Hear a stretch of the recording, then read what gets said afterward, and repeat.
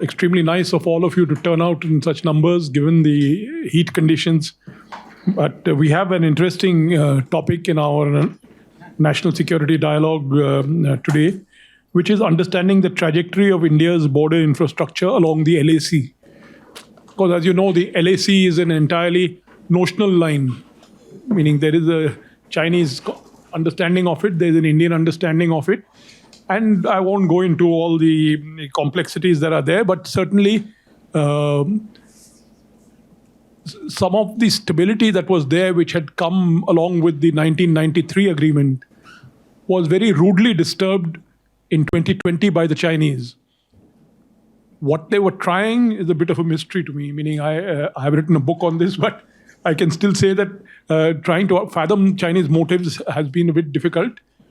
What did happen was that things went out of control in Galwan and have resulted in a situation in which Sino-Indian relations have deteriorated. Now, the Chinese say that there's no need to focus on the border. Let's have good relations in other areas. But I think now we very clearly understand the centrality of the border in any future Sino-Indian relationship. And when we talk of the border, we talk of this whole business of infrastructure construction. India has been lax in this, but also I need to point out very clearly that when we talk about this infrastructure, we must also understand the two differing geographies, meaning the geography of the area that the Chinese are holding, the Tibet and that area, and the geography of the Himalayan area. Very complex and landslide-prone geography, whereas the Chinese can drive down. They can. I think the Chinese divisions that came down from Xinjiang to eastern Ladakh would have taken 3 to 4 hours. Now, 3 to 4 hours is no time in the mountains. Now, I'm a mountain person, and I know that you can safely from the plains up to the Chinese border, it would take you 3 days, and that's if there was a direct bus, it will take you 3 days. So we have been building our infrastructure, but in the last 10 years, our infrastructure, the pace of infrastructure construction has increased dramatically. And this is since 2017, the Chinese have also started to build up again in Tibet, building up their already good infrastructure in Tibet, because the Chinese, because of the needs of the infrastructure, Indian forces were very forward, close to the LAC. Now the Chinese are far away from the LAC. Normally they would come and patrol and go back. Now they are also adopting a forward posture, which what it means for stability and what it means for peace out there, I'm not. It's a matter of forecasting, which one can't say. But today our discussion is going to be on understanding this trajectory. And so to start with, we have one of our leading specialists on China, Lieutenant General S.L. Narasimhan, who's an adjunct distinguished fellow Gateway House, but that's only his latest designation. He has been, to start with, he is a fluent Mandarin speaker. He has been an Indian military advisor in Beijing, amongst other things. Also, I think Army War College, he was the commandant of the Army War College. But I won't go into the biodata part of it, but I'll ask General Narasimhan, who's a very old friend, to now speak to us. Yeah. Firstly, at the outset, let me thank Dr. Manoj Joshi for giving me this opportunity to share a few thoughts. I put in a short presentation. I will not take much time, just to put things in a little bit of perspective. The first one we need to understand is what Dr. Manoj Joshi mentioned in his initial remarks. That is the terrain. So please look at this terrain. This is the terrain you will see in China. This is actually taken from the North Sikkim facing towards Tibet. So you find that flat terrain behind you. So that is the kind of terrain the Chinese enjoy. Therefore, movement, like Dr. Joshi said, plus also construction of any kind of infrastructure is much more easy for him than us. So when you want to see that, please also see this terrain. This terrain is purely mountainous, and this is taken in Arunachal Pradesh. This is purely mountainous, and you can look at the narrow valleys that we need to deal with, and that creates a lot of problems for us. So this is something I think that we need to understand. So this is the first point I wanted to mention. The second is the time differential in which the infrastructure started getting made. Chinese were approximately 13 years before us when they started developing this border right across the LAC.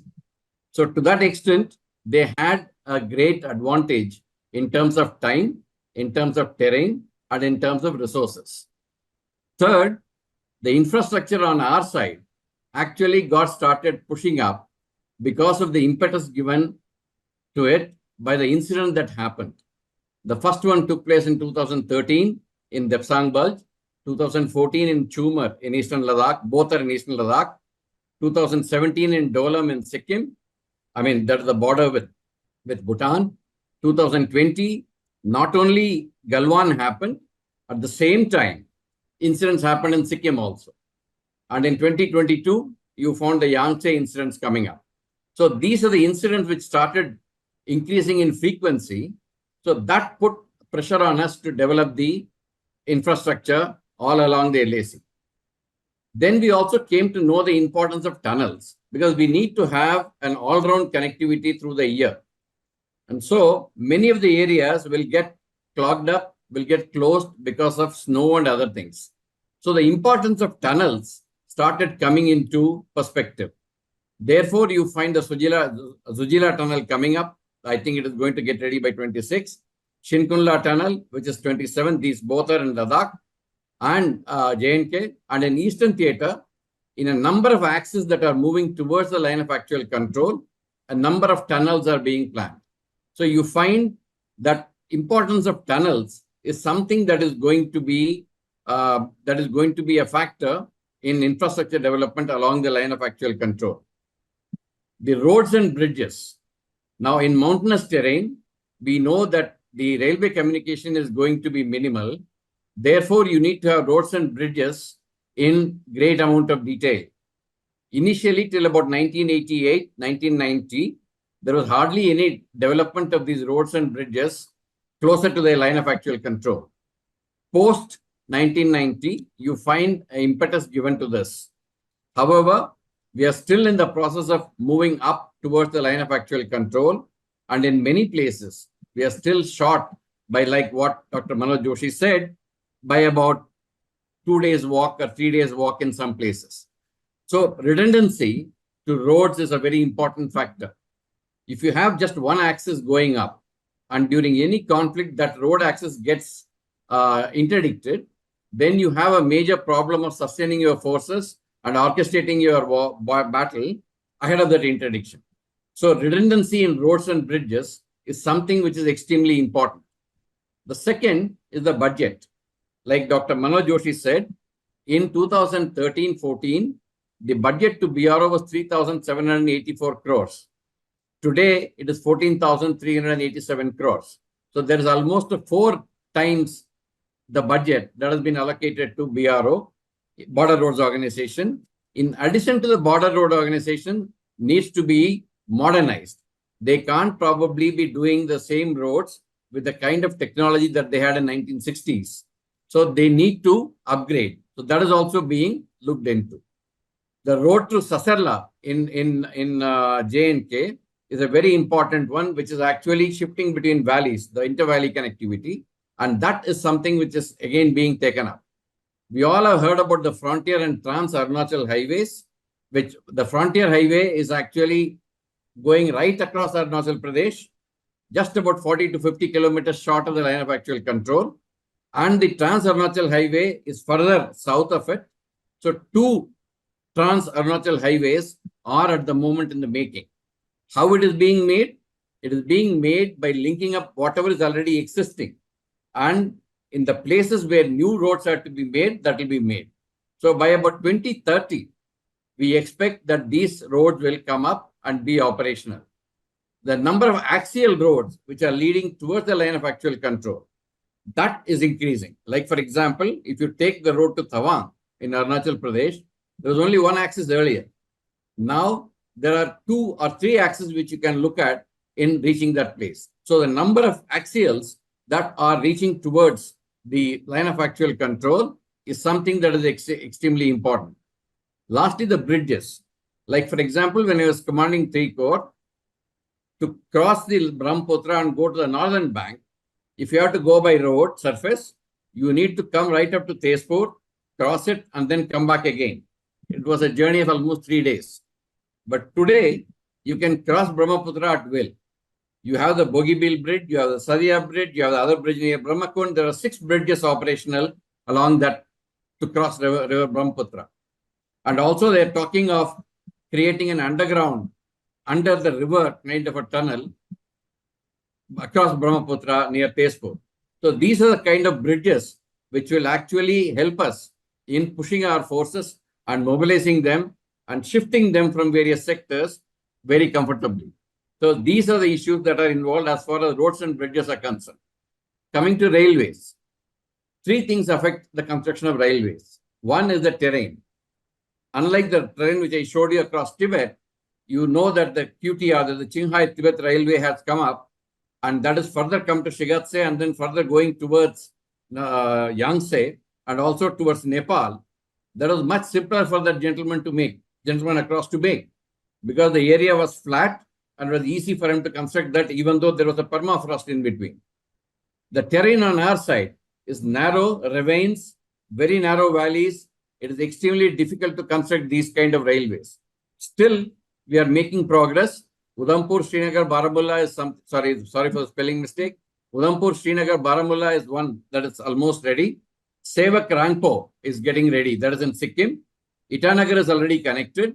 And there are many strategic railway lines that are actually being planned for the east. So the second thing is the climate, which I talked about. The climate is something which again affects the operationalization of the railway lines. So if the landslides take place more, you find that the railway lines will become inoperative. So the climate, the rainy terrain, etc., that affects it. Third was the funding. The strategic railway lines I talked to you about, there was a discussion about funding for a very long time. Now I am told that it has been resolved, and now it has been taken up and it is moving up slowly to complete all these strategic railway lines. Air, you find Myanmar, DBO, Phukche, all those airports you would have heard about. Pakyung in Sikkim is operational. Tesu, Pasighat, Holongi, Zero in Arunachal Pradesh are already ready. Number of helipads have already been connected, are made and ready to operate. And you find that Indian Air Force has got 25 airports from where they can operate from a lower altitude, which will give them the benefit of taking off with a higher payload through a shorter runway. So that is the advantage which our Indian Air Force enjoys as far as this sector is concerned. As far as connectivity goes, the OFC connectivity is moving up. Wherever the OFC connectivity is not there, satellite links are being provided. And then the 4G based mobile facilities to 1,117 outposts, they have been approved. So these are already being in the process and they are moving up. So connectivity wise, again, the infrastructure is still improving. We all have heard about the Xiaokang villages of the Chinese, in which they constructed 628 villages. We have a border villages program, which is called Vibrant Villages, and those 662 are under construction at this point in time. All this is happening with civil-military coordination. What do I mean by it? Suppose if a railway line is being planned or a road is being planned, the inputs from the armed forces is also taken to facilitate their requirements. So the civil-military coordination is extremely important. So the civilian infrastructure can be used by the armed forces, and the armed forces infrastructure can be used by the civilians when it is required. So this is again has been given impetus, and this is helping us in a big way in improving the line of actual control, the infrastructure along the line of actual control in a big way. I'll stop here, and if there are any questions, I'll take it up later. Thank you very much for this opportunity. Sure, General Saab, you've given us a wonderful overview of this subject and taken up all the aspects, the road, rail, air, digital connectivity, etc. And this cannot quite give you this idea of the effort that is going in. Meaning, often people forget that our connectivity to Leh was only developed in 1965. There was no connectivity before that.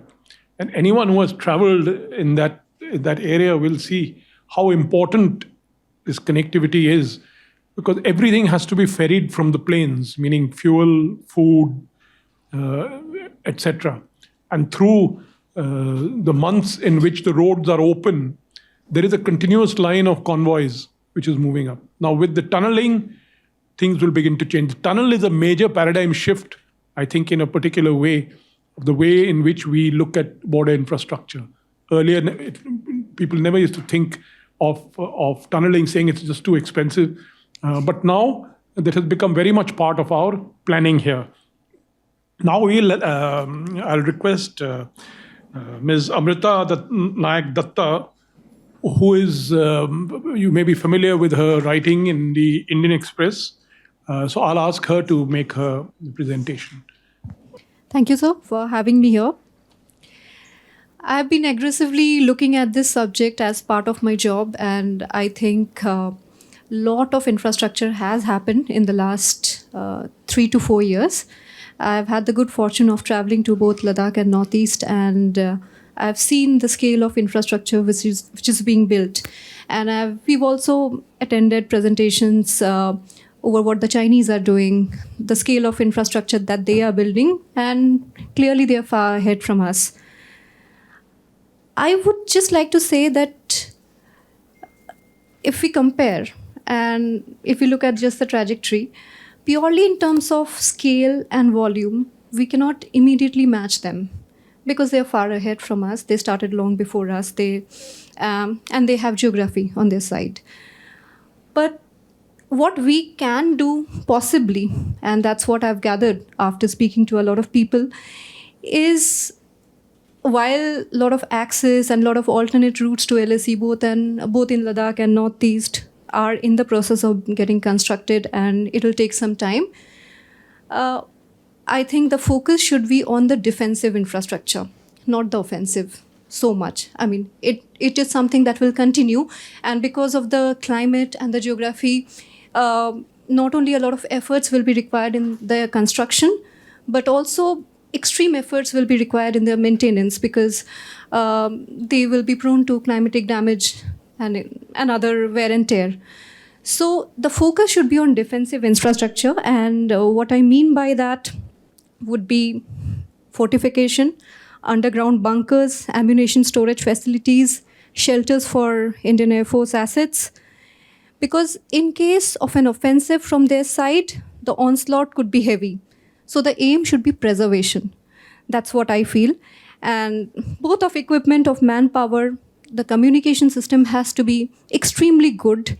It cannot be overground, it has to be underground. And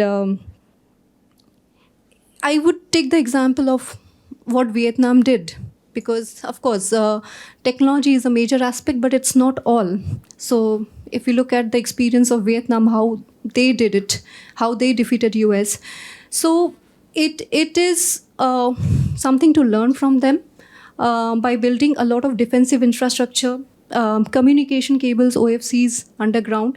All this is happening, and this would be comparatively easier, I feel, than making roads and bridges more. It will be completed in lesser time, because it would be underground and it would be less prone to damage in case of an offensive. Another point that I want to make here is footfalls have to be increased. Now, both in terms of tourism, both Tawang and Ladakh has a great scope in terms of religious as well as military tourism. There's a lot of war memorials over there. Rezangla War Memorial was recently refurbished. And there are a lot of war memorials. There's a lot of religious places along the LAC where footfalls can be increased. And when there is more footfall, they would obviously that would obviously be a better deal for us.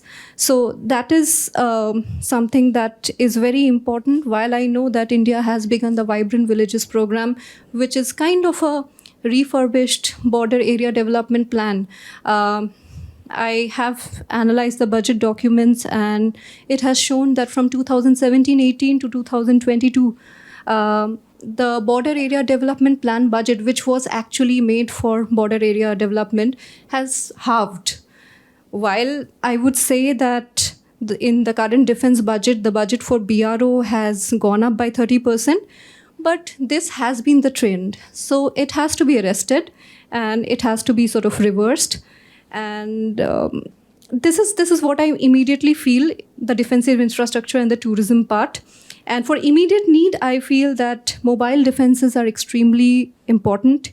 Airstrips, forward ALG, for ALGs in forward location, air maintenance, air capability and sustenance.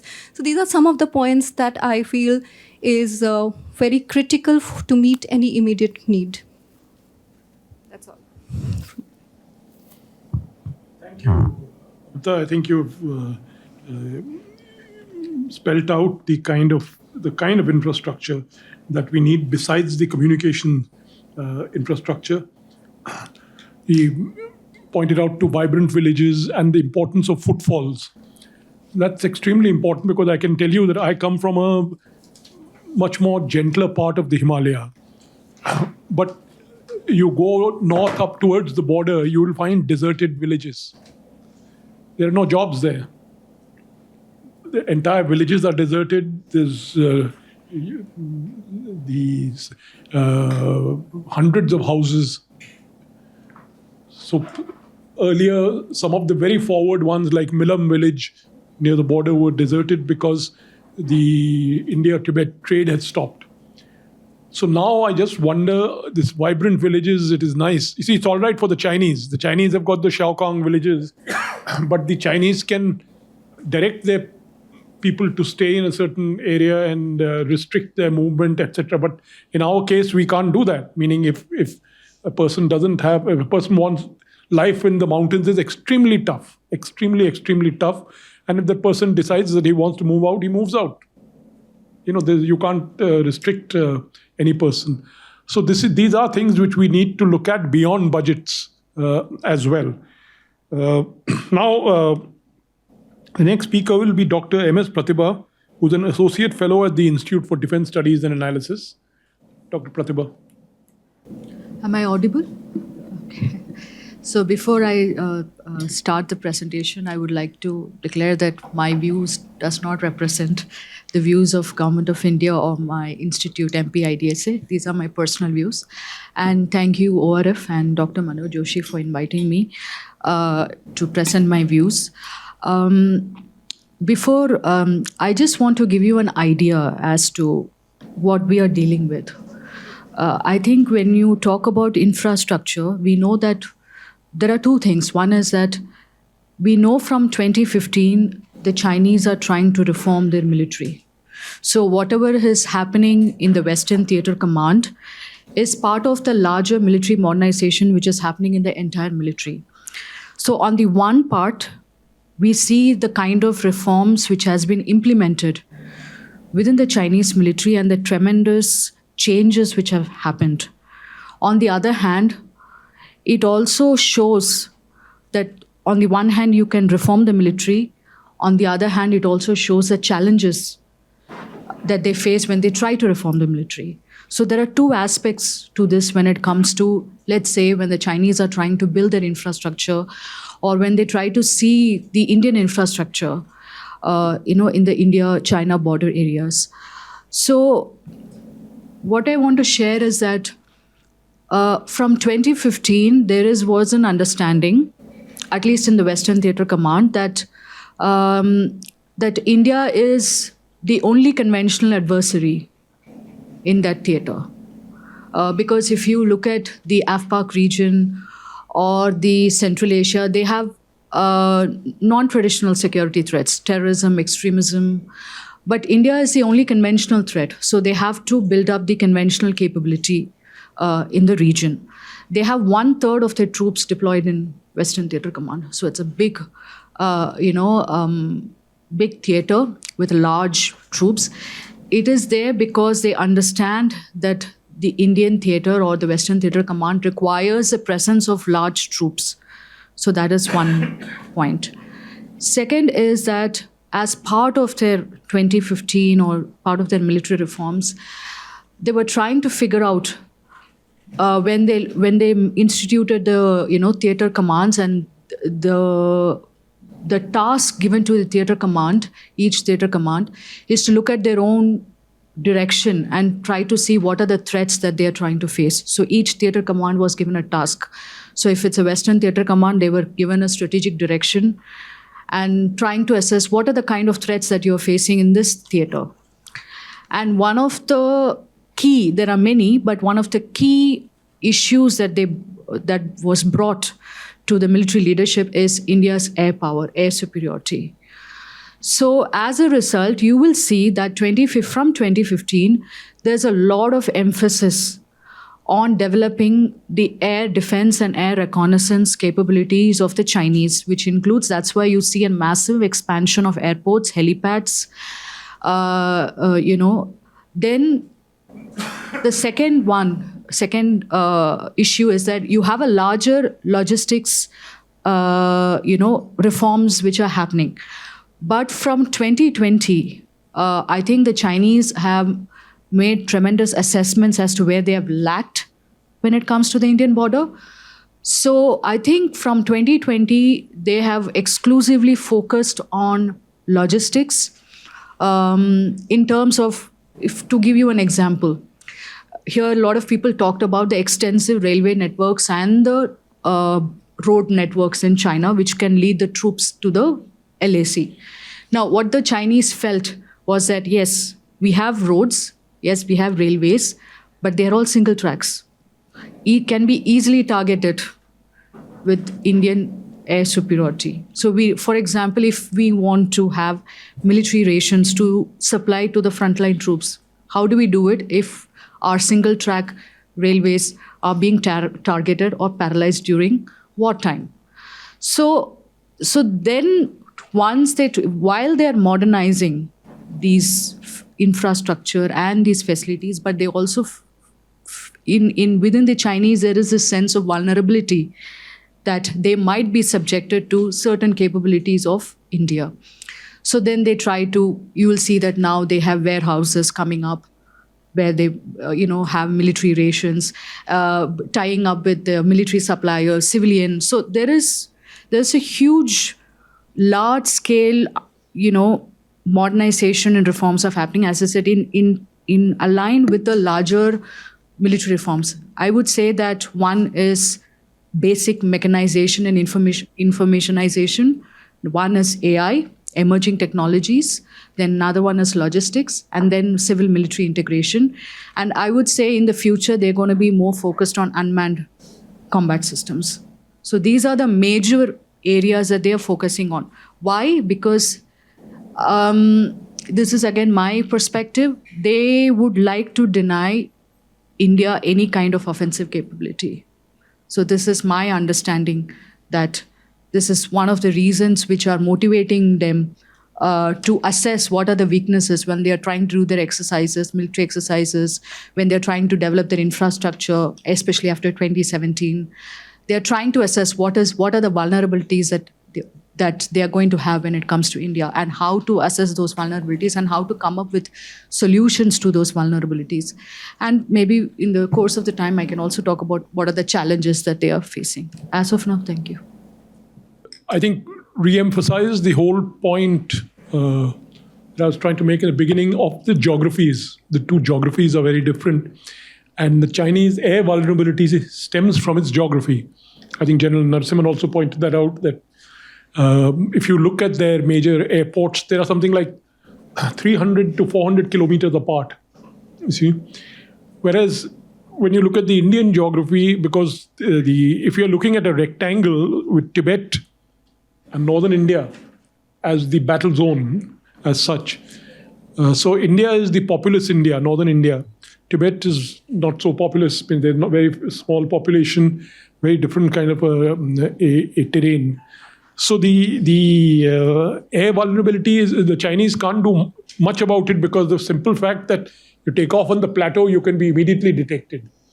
Whereas Indian aircraft take off at the sea level, this thing pop up over the Himalaya, see, and can strike the So in China. order to overcome that, they are building new airports. Yeah, so they're building more and more a more detailed net of airports. As far as the vulnerability of single track or roads is concerned, both sides suffer from it. The thing with the Chinese is that their heartland is 3,500 kilometers away. Your heartland is only 300 to 400 kilometers away. And so that long logistic chain, is more vulnerable in a certain way than this short. But this short logistic chain has to go through these Himalaya, which is extremely fragile. Which is extremely fragile in the best of times. In the normal times, you have landslides and forest fires and all kinds of things happening. So now we'll come to our last speaker, Nitin Gokhale, who's an old friend as a journalist. He was with the NDTV, and thereafter he founded this BharatShakti.in, and is a prominent writer and contributor and lecturer on defense issues in the country. So Nitin. Thank you, Manoj, and thank you, RF, for having me here. It's, of course, always challenging to be the last speaker. Most of the things have been said, what have to be said, especially the statistics and the approach. I'll just make about 4 or 5 key points.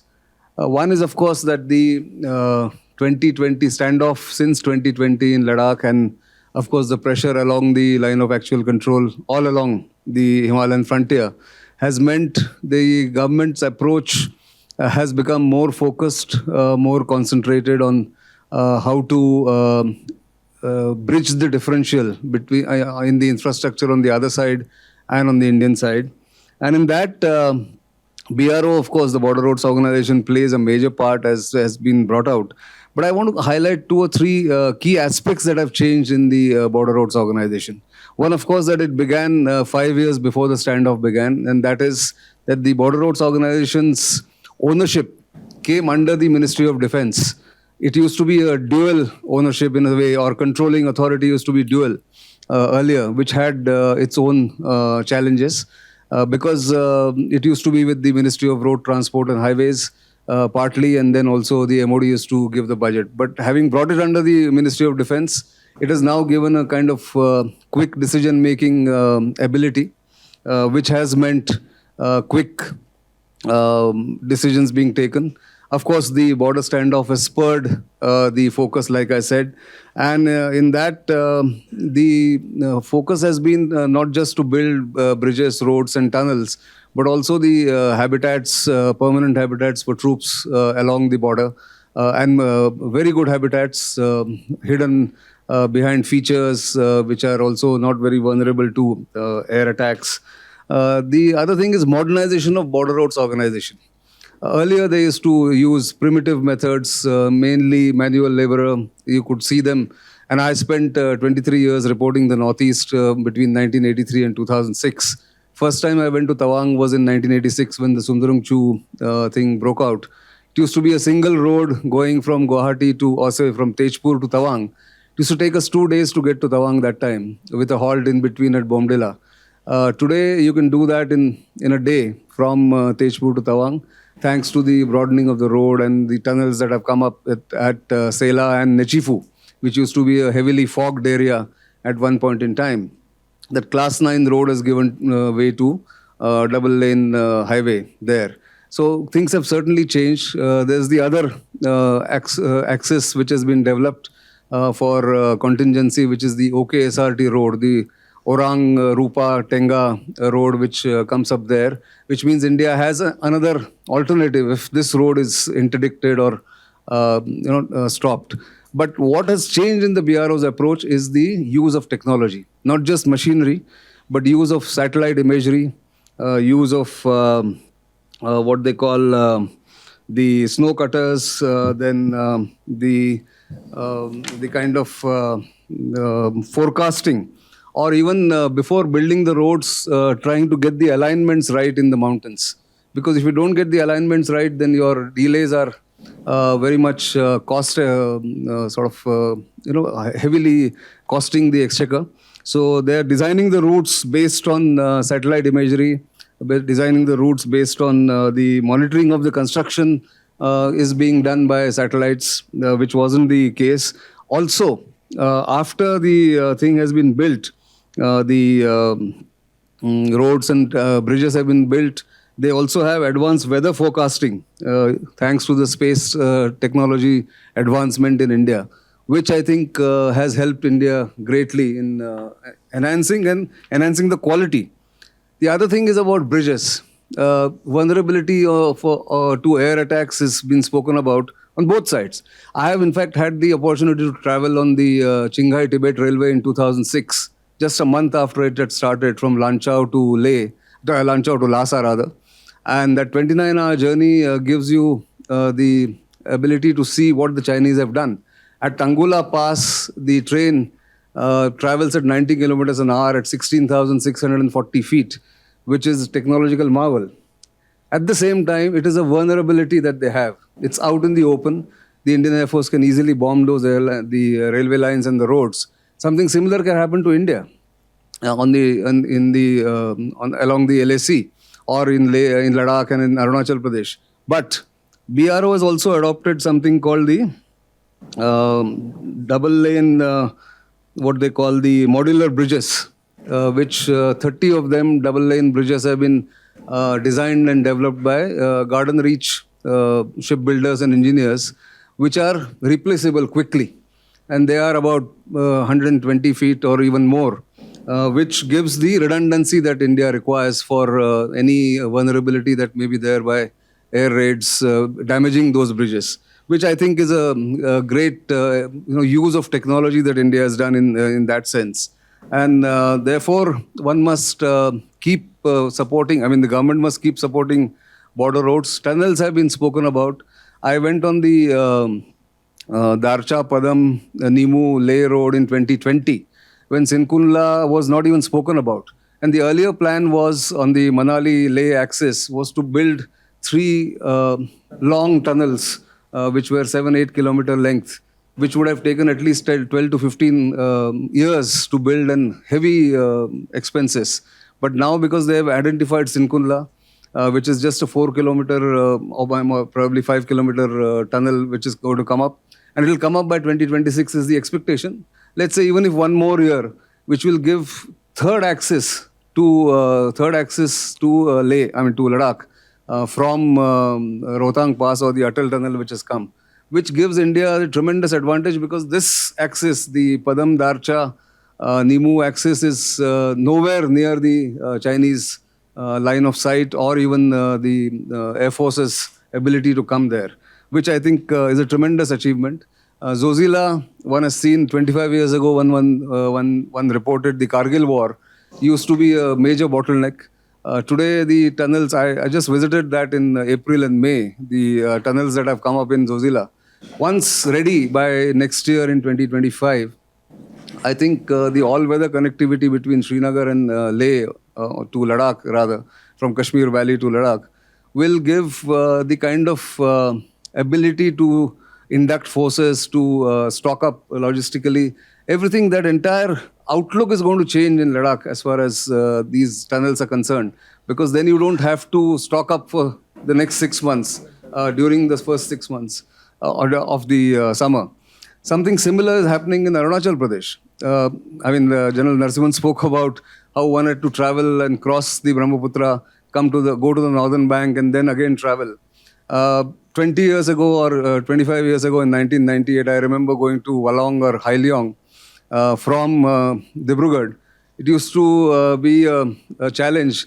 We could cross the river in the ferry, then get on to an elephant back, then get on to the vehicle on the other side, again get on to a ferry, and then get to Haileong by road, and then go to Walong.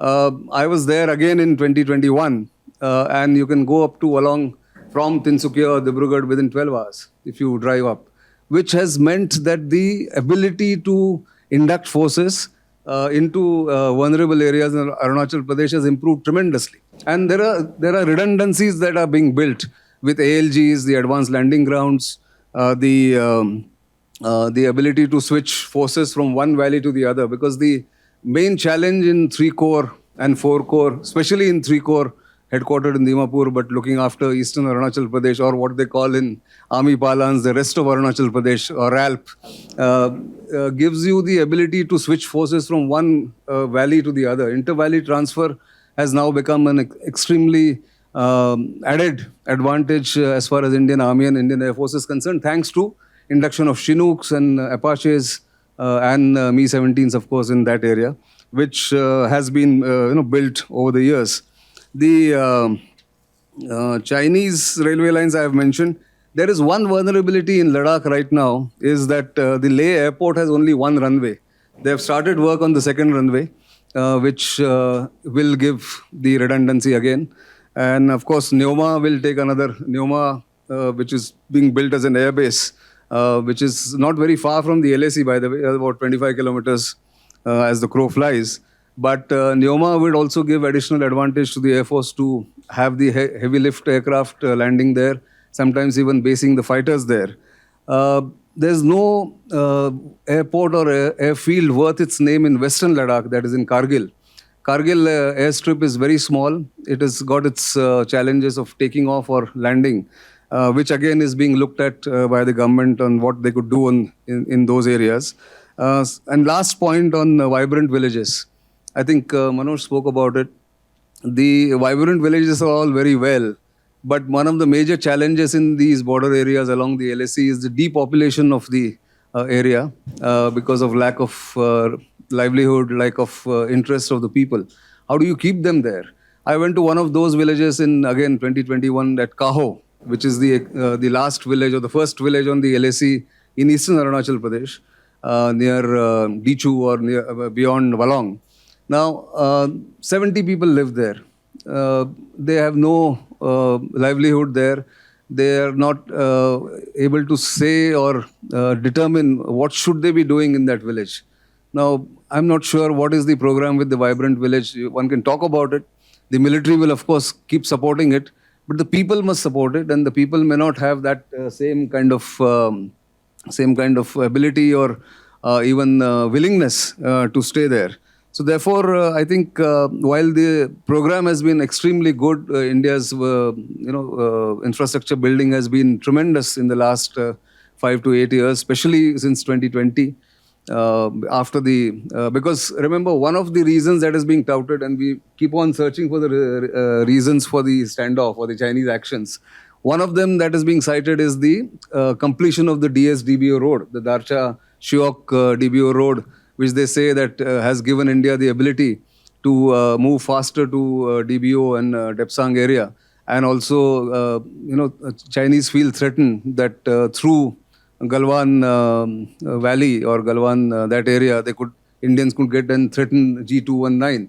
One of the reasons touted by one of the analysts there. I'm not sure if that is the only case. But the fact is, India's infrastructure building and rapid infrastructure building has meant that the Chinese have also taken note. And they also feel that they must do a little more than what they did in the previous decade. I think that's the takeaway from this entire infrastructure building in that area. I'll stop here and then, of course, we'll discuss other things. Thank you. Thank you. I think the basic point on the Chinese is that, for a long, long time, they had a kind of a dominance on the line of actual control. See? And now that that dominance is slipping away, they are not happy. So I think, Dr. Pratibha pointed out that they want to deny India, I don't know, or you, I'm sure, Amrita, deny India the offensive capability. You see? So this is something which, when the Chinese look at the thing, and since they already have a certain dominance, that dominance slipping away is something which irritates them no end, which drives their policy. And I think what we have seen with the basic infrastructure up, what we are really now talking about is resiliency and redundancy. How do you have resilience? So resilience in that area. In 1986-87, when the Sundarongchu took place, I remember General Sundarji telling me that it was difficult to find places for a helipad in Arunachal Pradesh. You couldn't. It was that difficult. And now we are talking of inter-valley movement and the 3 axis that you pointed out in Ladakh. That is resiliency. Because otherwise, the hill roads can be knocked out by one missile. And our road don't require much because, as I told you, I come from the mountain area. Every year, there are landslides on perfectly normal roads because of the monsoon. I downloaded some time back a very interesting paper on how the landslide map of India. And the landslide map of India, if you look at the entire Himalaya, is the most prone area to landslides.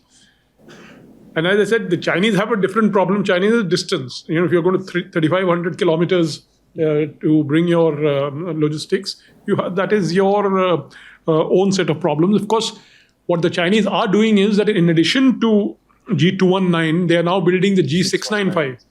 They're building yet another highway. And there are also reports that the Chinese are likely to build a railway line along the adjacent to the LAC. And besides the railway line, of course, Xi Jinping is very fond of that area. So he had come to inaugurate the railway line. The high-speed rail which they are building from Lhasa to Chengdu. So they have built one part of it, and the second part of it is under construction. But this is a high-speed. That's a high-speed line.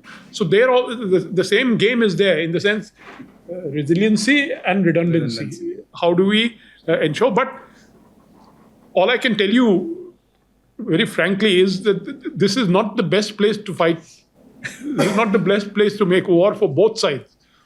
Both sides have their vulnerabilities. Both sides can block each other in certain ways. There are limits to what can be done in the mountains. Yes, skirmishes can be there. You can have if it's an unsettled border, you need to settle it. There's no doubt about that. And I think that has been made clear by the Prime Minister, and also I think I saw a statement of the External Affairs Minister last week saying that our focus is this border thing, because unless this border issue is settled, there's going to be no stability in the relationship between the two countries. I'm now going to throw open this discussion to the floor, and then we can have conversation with our speakers. Good afternoon. I am Colonel Vidur. I am currently with the ORF as a research fellow for some time. My question is to General Narasimhan, and basically because this issue has been touched by Professor Joshi also and Mr. Gokhale also, that in 2005 when India and China signed this agreement in one of the article, I think Article 7 of that, which says that the population which is settled along the border will not be disturbed and will be honored by whenever the boundary issue is settled. And at that point of time, it was considered 19 years back that this clause may be a little more advantageous to India, because our population is almost along the border and people are staying there for millennia, while towards the Tibetan side, the population is not there and people are living quite far away. So our claims become that much stronger. But in 19 years, with all these issues that you have just discussed, the amount of the border development which the Chinese have done now, coupled with this Shaokang village issue, that more than 600 villages they have now established along the border. I don't know whether this issue of the migration of the border populations, I feel that this has to be taken into consideration and some concrete measures need to be taken. I will not say that the people are moving from there because of they are staying in the border area, but you see anywhere in the hinterland also, the people are moving from the rural areas. They are moving to the cities because of the more economic, better opportunities. So somehow can we address this issue, or some concrete measures can be suggested? This should form part of our policies in addition to the whatever infrastructure development we are doing. So any of the speaker can further throw a little light about it.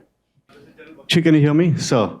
As the person who took the first Indian bulldozer to Bumla, reopened the road in 1988, then further went on to make an 8-kilometer lateral. And later I was a brigade commander when General Narasimhan was the GOC, probably when he was, that photograph he showed at Finger. At that time I was the brigade commander in in the area of Dokala where the Doklam incident took place. So firstly, as he mentioned, we had a long period of neglect. This has been talked about by many people. But I have seen the policy letters from 62 to 88. We actually did not want to build the infrastructure along the border. There was a directive from Delhi that if you make roads close to the LAC, the Chinese will use them and come into India. That changed, as what Nitin was mentioning, Sumdrong Chu, Wang Dong, and some better commanders. We had General Narhari and General Dias. So 1988, I was sent to reopen the road. The road of the last 8 kilometers from Klemta to Bumla had collapsed, which the Chinese had made in 62. We had not only not made roads, we had allowed the roads to collapse. I had to reopen that road. It took me about a month. And then about 2 months to make 10 kilometers ahead. And I recently went last month to check out that road, and someone was discussing about the alignments. I was a little worried that the alignment which I had done, has it been changed over time? Because was it not good enough? It's not been changed. I have the photograph to prove it. So it is just the way it was. But there was a tremendous time of neglect. Both Nitin and General Narasimhan mentioned that there are alternates to Tawang. But sir, I just went there last month. OKSRT, which you mentioned, it joins the old alignment at Tenga. Yes, there is a Bomdila bypass, which is fantastic. But from Bomdila to Sela, sir, there is a single axis. In 1988, I had done the recce of an alternate route to Tawang. It is still the alternate route to Tawang in concept. It's not there. If you actually want an alternate route to Tawang today, you have to go through Bhutan. So there's a long way to go on that.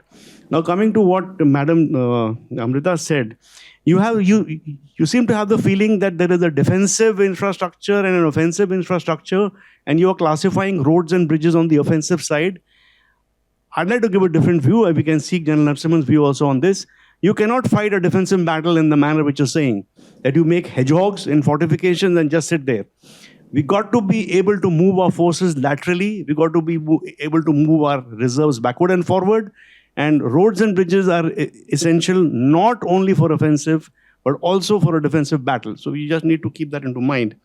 Tourism, what you were mentioning, I would strongly recommend think tank teams and media teams should be taken for forward area tours. Please go and see these places. Please get a better understanding of what we're talking about. And it should be sponsored by some agency or whatever. I'm sure the army will go out of the way to support it, but you should go and see these places. Thank you.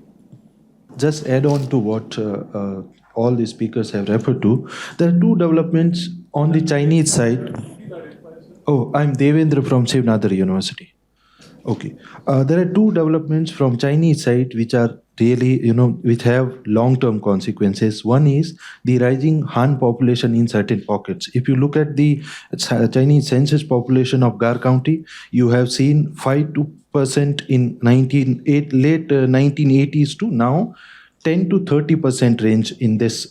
Then you have Nailam, Tingye, and Kerung counties, 5 to 10%. Yatung in 5 to 10%.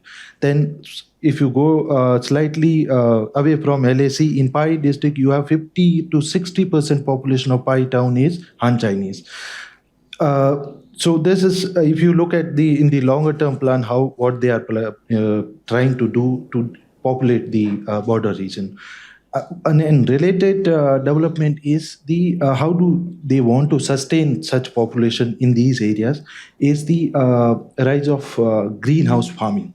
And if you look at many of these places, I can give you one example of Gar County or Sichuan town, which has around 59,000 population unofficially, officially around 29 to 30,000.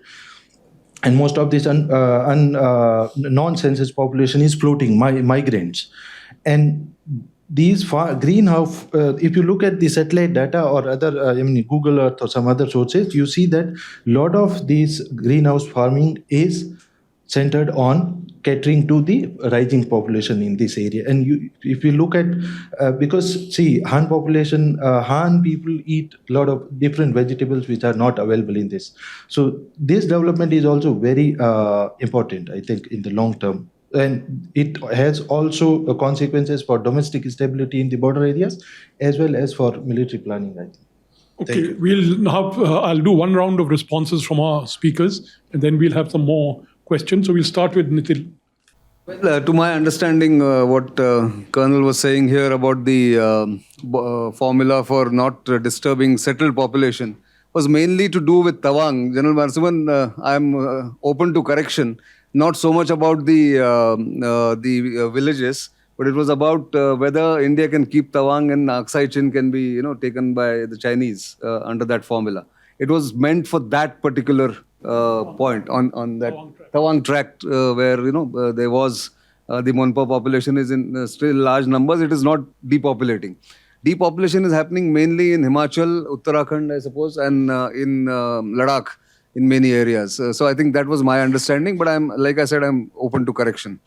I fully agree with you that the policy was there.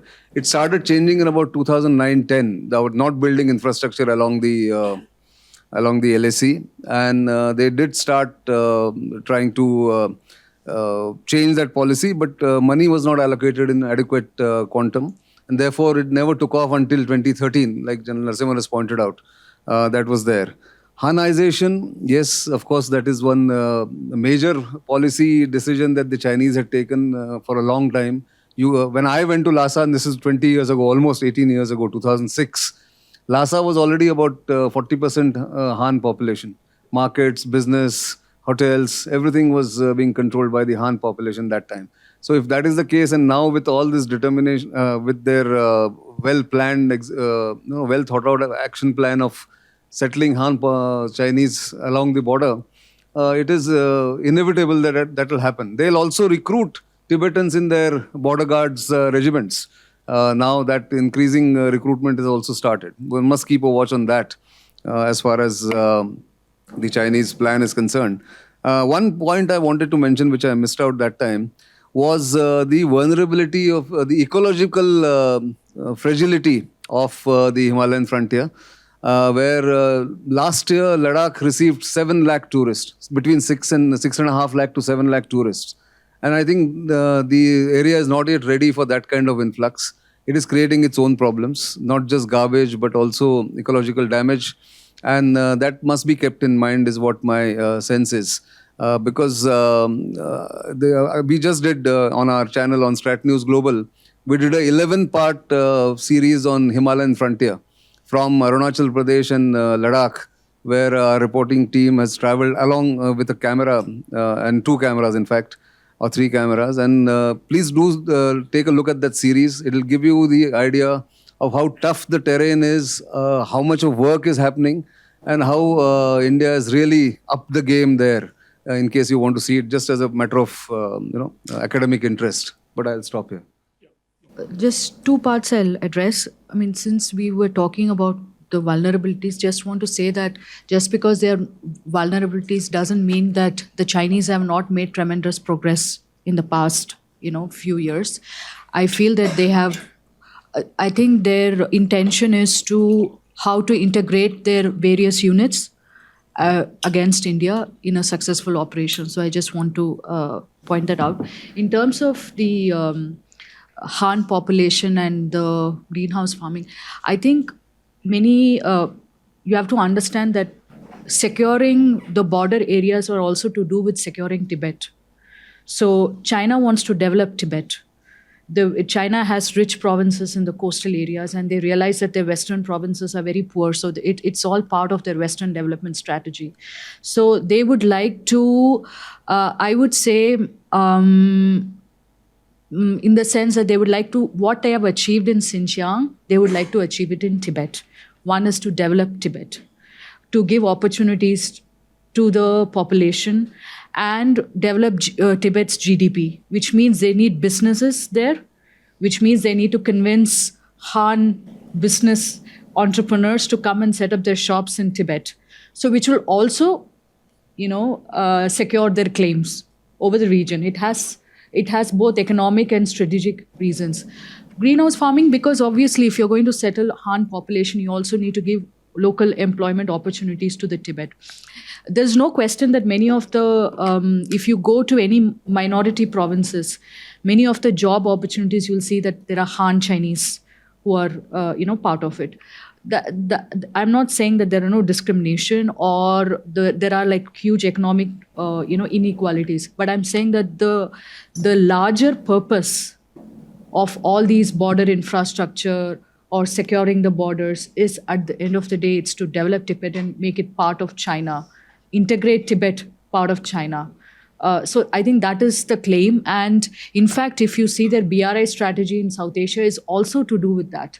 It is to make Tibet a gateway to South Asia, to connect Tibet to, as a Buddhist center, a cultural center, the way they connect Xinjiang as a logistics center to Central Asia. So it is not just about a road or a railway infrastructure project. It's about a vision that they have for Tibet.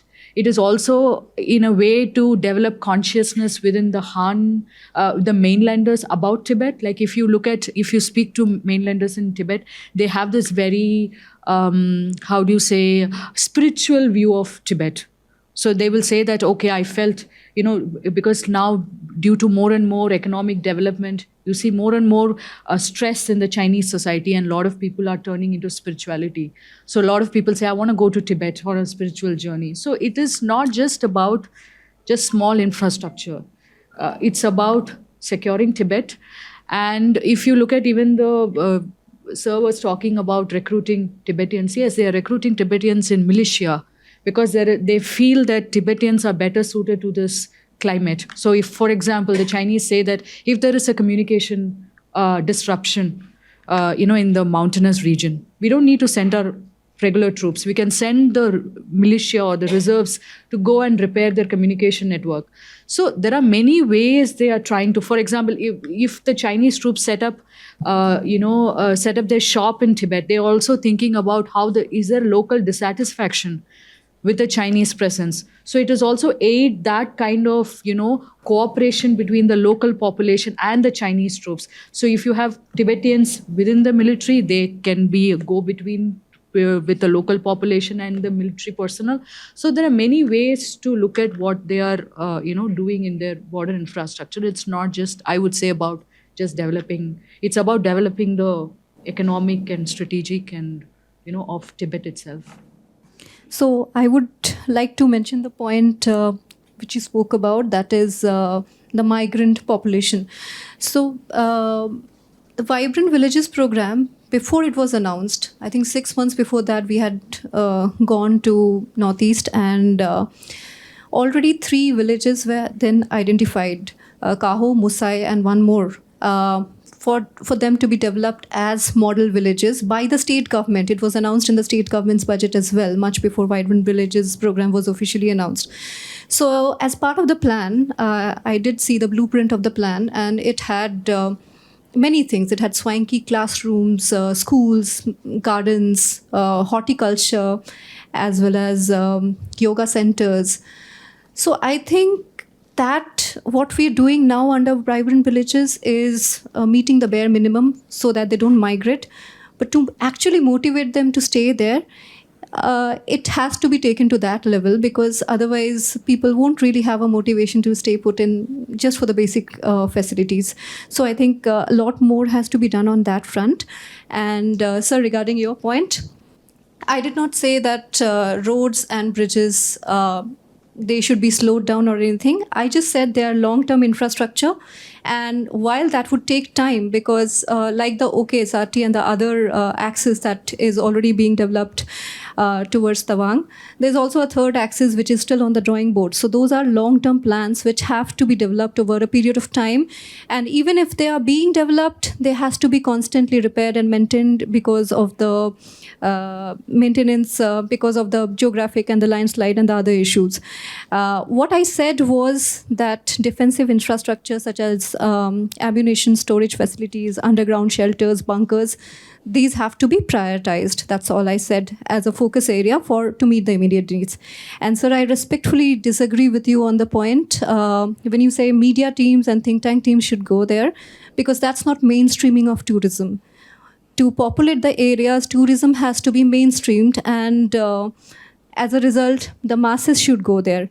And I feel that the defense should also have a separate budget to encourage military tourism. We already have so much war memorials and other infrastructure there. And there is also a lot of Buddhist spiritual infrastructure which is already in place. So we have to encourage military and tourism both and mainstream them as part of the efforts to populate the region. I have a few points, but let me cover the questions which came up. On the settled population issue of 2005, majority view was what Nitin said, that, to retain Tawang with us in that case. But please also look at areas in Ladakh, which are disputed at this point in time, like Demchok, etc. It also was meant to cater for those issues. And so the issue is all along the border, wherever we have settled population, we did not want to disturb them. And that is something which could determine a particular kind of an alignment to come to a conclusion on the boundary issue. So that is the way one should look at it. The second thing is about Xiaokang villages. A lot of talk has gone on. We have done a detailed study on Xiaokang villages. There are about 628 villages, out of which 400 plus villages are in the eastern sector. 200 plus villages are in the western sector. Even in the eastern sector, there are only about 200 plus villages are on the forward tier. The rest of them are on the axial roads, which are leading away from the line of actual control. At this point in time, the people who are occupying those Xiaokang villages is still not very clear who is occupying. The dual use cannot be ruled out. So that is something which we maintain as far as Xiaokang villages is concerned. Compare that with Vibrant Villages program. One of the reasons why this Vibrant Villages program has come up is to retain the population in the forward areas, which Amrita mentioned a little while ago. I agree that the minimum requirement of the facilities have been catered for. Ultimately, these are supposed to be centers which could probably give them some kind of livelihood, in addition to having schools, schools for education and medical facilities, etc., so that we can retain the population in the forward areas. The denuding of forward areas is not only taking place in Ladakh and other places, it is also taking place in Arunachal Pradesh in a big way. I commanded 3 Corps and I have been noticing these things very clearly, and that needs to be stopped at some point in time. The rising Han population is not a new thing at all. Hanization of Tibet started somewhere around 20-25 years ago, not in the recent past. And I agree with, I think Pratibha mentioned this, that 40% of the population in Lhasa is, I think Nitin mentioned this, 40% of the population in Lhasa was Han. But I had traveled on that road from Lhasa to Shigatse to Gyanse to Yatung by road when we started this border trade in 2006. And you found that the Han population was there in every village and every town. So this is something which has been going on for over a long period of time, and it will continue. So this is something we need to be used to. The other thing about the, I would like to assure Amrita that please understand that the budget and other things for the roads and other things that are given is not part of the operational works that we do. Bivin Bakshi will bear me out on this. He has been one of my brigade commanders. We have the OPWORS program which caters for whatever you mentioned in terms of bunkers, in terms of habitat, in terms of other issues. So these are all already war gamed, and in those places, this construction is already going on a normal scale. Every year, you will find an increased kind of preparedness in this particular issue which you mentioned. You talked about Vietnam. 15 days ago, I was in Vietnam. I went into the Cu Chi tunnels, and we know how the Viet Cong fought the Americans, and they literally went low-tech. Americans were on a high-tech. They literally went low-tech to beat the Americans. So that doesn't mean we go also low-tech, but we need to upgrade ourselves in the modern warfare scenario at this point in time. On the vibrant villages, we had made a detailed study of this in CCCS when Secretary Border Management tasked us for this when I was there with the DG. And we have made certain recommendations to bring in the state government, the central government, administrators, and the MLAs, local MLAs, on board with a particular plan. The reason for that is each one of them will pull in different directions if you don't do that. So this is something that is already being worked into. Let's see how this forwards, how this progresses. The Chinese airfields, this discussion about the low altitude airfield and the high altitude airfields, please understand what the Chinese are doing to supplement what Pratibha said. To overcome the load penalty on the aircraft, what they are trying to do in all the airfields is to lengthen the runways. With a long runway, you will be able to take off with more weight. So these are the kind of things that the Chinese are doing. That benefit that we had will get nullified if we are not very careful about it. The other thing about the Chinese distance, the railway line, etc. We talked, Dr. Manoj Joshi talked about G695. There's a G216 they are planning as a parallel to the western sector. The railway line, this is, please mark my words, this railway line that we talked about, which will go from Shigatse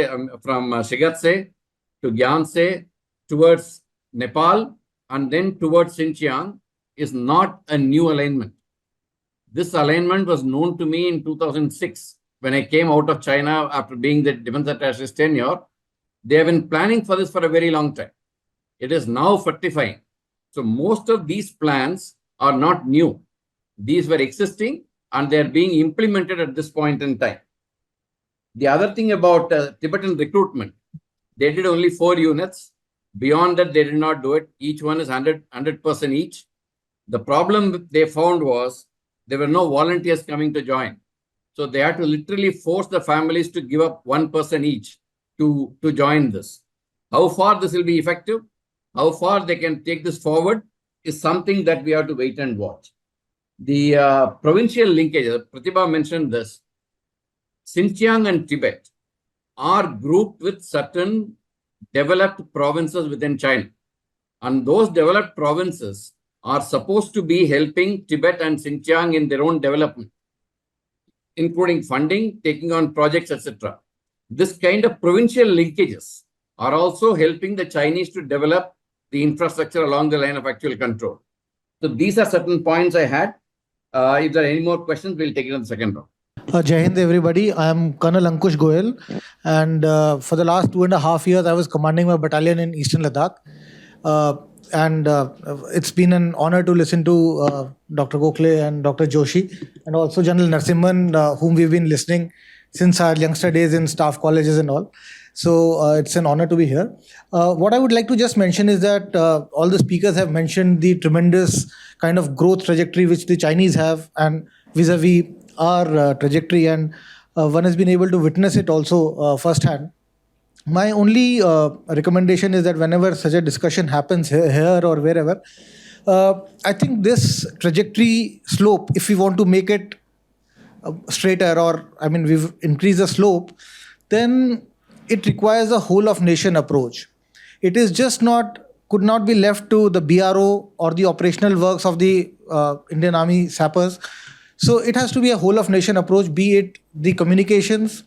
General Narasimhan mentioned about permafrost and how they've laid railway line or how they've crossed passes. Now the technology exists, and today if we have to cross Saserla, which has a permafrost, then we have to go beyond the traditional means of roads. So I think when we discuss such things in Delhi, the LAC would benefit tremendously if all of us could push in whatever capabilities we have, is to push the private sector or the whole of country to go and contribute towards that side, which will increase the growth trajectory of infrastructure. So that is what I would like to mention. Thank you. My question is to General Narasimhan. Sir, the question is that if you're wanting to go low tech, how many people are you ready to lose? Bottom line is that the Vietnamese won because they said that for every one American we kill, even if 10 of ours die, we'll win. So the question is, how many Indians are we ready to kill on low tech, number one? And then these low tech wars, like we saw in Afghanistan, are fought for 20 years before the high tech country loses patience or loses interest. How long are we ready to fight? Because from what we know, we cater for 15 days. And what we are looking out here is much longer. So we really need to really think this thing through, because once you're getting down to actual fighting, then, what is our strategy going to be? How do we bloody the enemy very quickly so that, there is a very quick stalemate? Otherwise, it's a mug's game. It doesn't add up to anything. So I wanted to, my name is Antara, I'm a China fellow at ORF, and I wanted to talk about the depopulation problem that everyone highlighted here that we are facing in India. And in Chinese sources also, in Chinese, what Chinese scholars are writing, if you read that, they are also facing this depopulation problem in their Xiaokang villages. And the solution that they gave is like, only when trade is restored, border trade is restored between China and India, then only all these villages can become, all these programs can become successful, by be it vibrant villages or Xiaokang villages. Only when there is trade between, India and China through Tibet, then only these can become sustainable. But in the present scenario, there is no way, there is no chance of restoring border trade between the two countries. So how do we go about it? And Pratibha also mentioned, I agree with you that if you go by the Chinese sources, it is the development of Tibet which is at the center of their, of all the developments that they are doing at the LAC. Again, development of Tibet. Do you think without economic cooperation between China and India through Tibet can Tibet be really developed? Because their Chinese economy is again facing southeast. It's not it's facing southwest.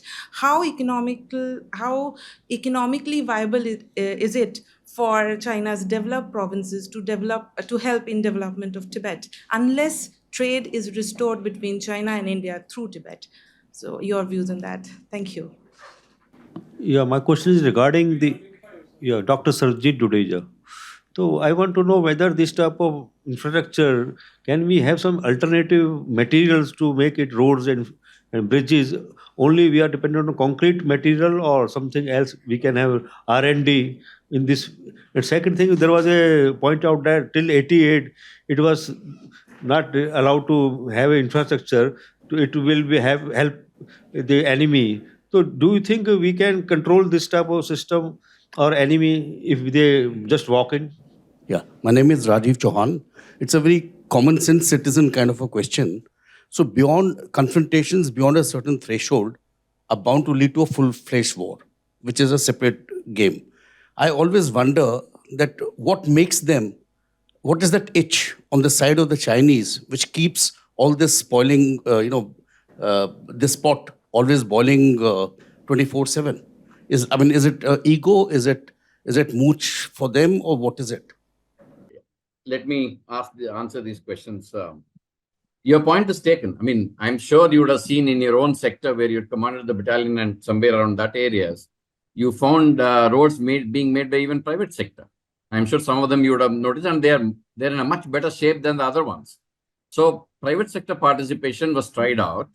And the problem that we faced was that the private sector was not willing to come for shorter stretches of road. They needed very long stretches of road, and that is something which is being worked out. So I'm sure the private sector participation will definitely be there. And not only private sector, it's a whole of government approach is actually what is working at this point in time. So that is what I wanted to assure you with. Sushant's point on two issues. I never mentioned we should go low-tech. I said Vietnam went low-tech to beat the Americans. We can't follow the same thing at this point in time. So this is something that is a difference that is coming over a period of time. The second thing, how long are we ready to fight the 15 days thing? Please understand the 15 days thing went out of the window the moment Russians stretched it beyond almost 2 years plus now. And look at Israel, Hamas has gone to 7 months plus. So the 15-day theory, I think, is being really rethought. So we can't really work on short, intense wars, which we are thinking about. And they are likely to prolong, and we need to be prepared for it. So those are things that are still being worked out. But I never said that we should go low-tech. We should go high-tech. And then we should try and match is what I actually do that. Antara's point about border trade. Please understand, by definition, the border trade is something which is to be traded with items that are produced within 50 kilometers of the border. If you look at that definition, you will hardly trade anything.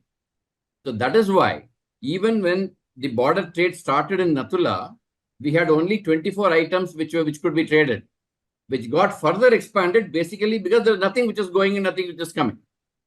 So if you think that the trade between Tibet and India is going to work towards the population and bring them more, I would request you to have a little rethink on this, basically because the quantum of trade that takes place is minimal. The majority of the trade that takes place between India and China comes through containers through South China Sea to Indian Ocean and then to the ports. So this is something I think, please have a look at it. If you have anything, I am willing to engage with you on this because we have done some work on this earlier also. The other thing about alternate material, I am sure it's being done. Like, for example, the quick drying cement, which was never there earlier in our time, Mr. Dudeja and me, they're using that. And there are many other material that is being used today. We're not sticking to only the old material that we used to use. The confrontation each, why are they having it? I would say 3 points. One point is that they are trying to push through this agenda of the century of humiliation, that they feel that what was due to them has not been achieved by them so far. They need to get that. That is number one. Number two, please look at Xi Jinping's statements in the last about 4 to 5 years, where he has been clearly mentioning we will not leave even 1 inch of territory left to us by our ancestors. So this is another thing that is driving their mind. Third thing is the national rejuvenation that they talk about. By 2049, they want to finish this reunification of the motherland. So all these things put together, something is working in their mind to keep pushing these things. So we are quite aware of it. At this point in time, we are also adequately prepared to do this, face this kind of push and pull that could happen along the line of actual control. Yeah, so I'll just start off with the point that I mentioned about Vietnam. When I say emulating a country, I mean emulating the tactics, not the fact that they went extremely low in technology. That's one point. Like, they sort of dug deep like rats with extremely strong defenses. So when I say emulating Vietnam, I'm trying to emphasize that point. As far as technology infusion is concerned, that's an ongoing process and has been happening quite rapidly, to my knowledge, in terms of acquiring the latest drones, even the process of getting predators and a lot of other things. So I was trying to emphasize my point on getting the defenses extremely strong when I speak about emulating Vietnam. And the other point, sir, you just mentioned is having a separate budget for off-works. Yes, sir, I'm aware of it. And I think that has seen a constant rise in the last couple of years' budget. So yes, definitely that's there. I agree with you on that point. One point you said about the whole of nation approach. Just want to say from the Chinese side, whatever is going on is tied to their industrial capacity. So that's how they, support all these infrastructures. So maybe we should also connect it to a larger industrial capacity, which will enable us to do many things in the border infrastructure. About your point, well, agree with you. I think what they are trying to do, at least I think initially that was the plan, to increase border trade or at least increase the trade between India and China, hence, as I said, make Tibet a gateway to South Asia. Since that strategy is not working, what they're trying to do is implement BRI in Nepal. So use Nepal as a kind of, I would say, intermediary, so that then Nepal can also develop. But through Nepal, Tibet can be developed. But that also has several challenges, because then you need Indian market access. So what I'm trying to say is that they are not saying, okay, it's not going to happen. They are trying in different ways. And the way in which they have given a lot of importance to BRI implementation in Nepal, they're not going to stop anytime soon in order to, further develop the strategy. So there are several ways, but whether it will be, how far it will be successful, it depends on a lot of factors, actually. But this is how I believe the Chinese are trying to find another way to develop Tibet. Just very, very brief points. Your point about all-of-nation approach. I think one is, of course, the private sector and other ministries coming in. But there is also now, there is much more coordination at the national level between different arms of the government. There is not a committee, but a group of people at the highest level who give, who sort of speed up or who unclog bottlenecks for environmental clearances, permits, and then coordination with state governments, all that, which is again a whole of nation approach in that sense. Earlier it was a responsibility only of the Border Roads Organization or the Indian Army or the Indian Air Force doing ALGs or whatever. But now I think everybody else is also trying to contribute. Environmental and Forest Ministry is being propelled into giving faster clearances. The others are coming in. Science and technology is contributing. I said ISRO, for instance, space assets are being used for advanced weather warning, also alignments, monitoring, all that. So that's the whole of nation approach, which I think is very evident if one goes to these places and sees. And about the materials, there is also the Border Roads has been using steel slag for constructing roads and making them stronger so that they don't get washed off in the monsoons, during landslides or during heavy rains in the northeast. So steel slag is being used increasingly according to Border Roads Organization. Thank you.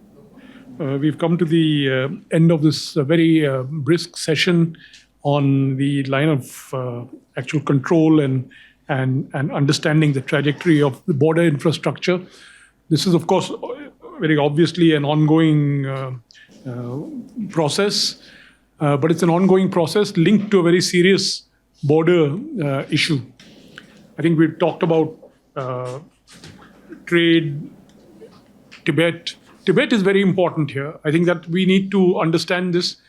And just the other day, I was reading that how the Chinese are now forcing Tibetan youngsters to join Chinese boarding schools in Qinghai province, in Gansu province. They're being forced to.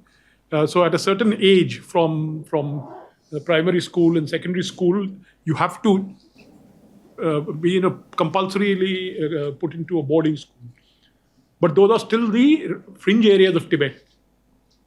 The Chinese are very paranoid about Tibet because Tibet, many people say, was the real cause of the 1962 war. Chinese thinking, Mao's thinking that India was going to do something and was the thing. So looking at it from that point of view, what I would say is that it is in our interest that Tibet opens up. Because India had very deep cultural ties with Tibet. You just have to look at a map and you know how India and Tibet are connected to each other. Where I come from, my father, my grandfather, my ancestors all traveled to Tibet. My grandfather's first job was maintaining the foot track to Tibet. All that has been cut. That was cut. So, as I said, it is in our interest. So, whether it is BRI or whatever it is, we should actually subtly push the idea of more access to Tibet, because the more access you have, the lesser the Chinese will be able to maintain their cultural, to obtain what they are trying to obtain, which is the Sinicizing of Tibet. They have very clearly said they want to Sinicize Tibetan Buddhism, meaning Xi Jinping has given the directive there. So it is in our interest that if Tibetan culture, whatever it is able to survive, Tibetan language is able to survive, it'll definitely be in our interest. But in any case, that's a completely different issue. So all that remains for me is to thank everyone and to request everyone to give a hand to our panel.